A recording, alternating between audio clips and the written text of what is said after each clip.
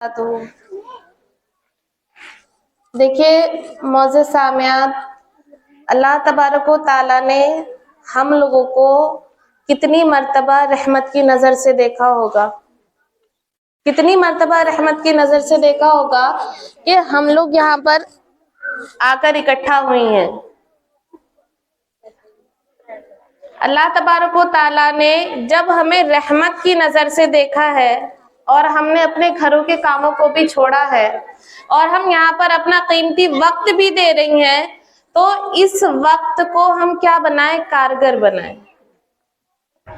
ہم یہاں پر آ کر بیٹھ کر باتیں نہ کریں اور جو کچھ سنا جائے اپنے دلوں میں یہ نیت کریں کہ جو کچھ بھی ہم نے سنا اس پر ہم انشاءاللہ تعالی عمل کریں گے۔ اور دیکھیے جتنا بھی ہم لوگ سنیں وہ خاموشی کے ساتھ سنیں۔ مجھے پتا ہے کہ آپ لوگوں کو تھوڑی پریشانی ہو رہی ہوگی، لیکن یہ بہت ہی زیادہ ہمارا قیمتی وقت ہے کیونکہ یہ ہم نے اللہ تبارک و تعالیٰ کے ذکر کے لیے نکالا ہے۔ دیکھیے یہاں پر تو آپ لوگوں کو یہ مستورات نظر آ رہی ہوں گی، لیکن اللہ تبارک و تعالیٰ کے یہاں عرش تک، یہاں سے لے کر اوپر تک فرشتے لگے ہوئے ہیں، اور جب وہ یہاں سے جا رہے ہیں تو اللہ تبارک و تعالیٰ ان فرشتوں سے پوچھتے ہیں کہ تم نے میرے بندوں کو کیا کرتے ہوئے دیکھا؟ تم نے میرے بندوں کو کیا کرتے ہوئے دیکھا؟ تو فرشتے کہیں گے کہ وہ تو آپ کا ذکر کر رہے تھے اور کچھ جو ہے وہ سن رہے تھے۔ تو اللہ تبارک و تعالیٰ کو تو سب پتا ہے، اللہ تبارک و تعالیٰ خود بھی دیکھ رہا ہے، لیکن وہ فرشتوں سے کیوں پوچھتا ہے؟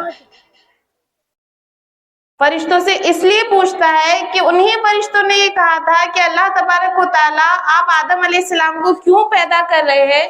یہ آدم علیہ السلام جو ہے اور ان کی جو نسل ہوگی وہ تو زمین میں خون ریزی کرے گی، وہ تو زمین میں فساد برپا کرے گی۔ آپ ان انسانوں کو، آدم علیہ السلام کو کیوں بنا رہے ہیں؟ تو اسی لیے اللہ تبارک و تعالیٰ ان فرشتوں سے پوچھ رہے ہیں کہ تم نے میرے بندوں کو کس حال میں چھوڑا، تم نے میرے بندوں کو کس حال میں دیکھا؟ تو فرشتے جا کر کیا کہتے ہیں کہ یہ تو بندے جو ہے وہ آپ کا ذکر کر رہے تھے اور آپ کے ذکر میں ڈوبے ہوئے تھے۔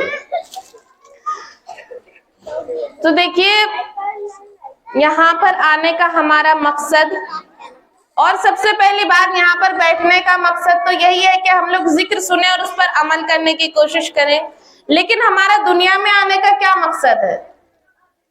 ہمارا اس دنیا میں آنے کا کیا مقصد ہے؟ اللہ تبارک و تعالیٰ نے انسان کو جو پیدا کیا وہ کیوں پیدا کیا؟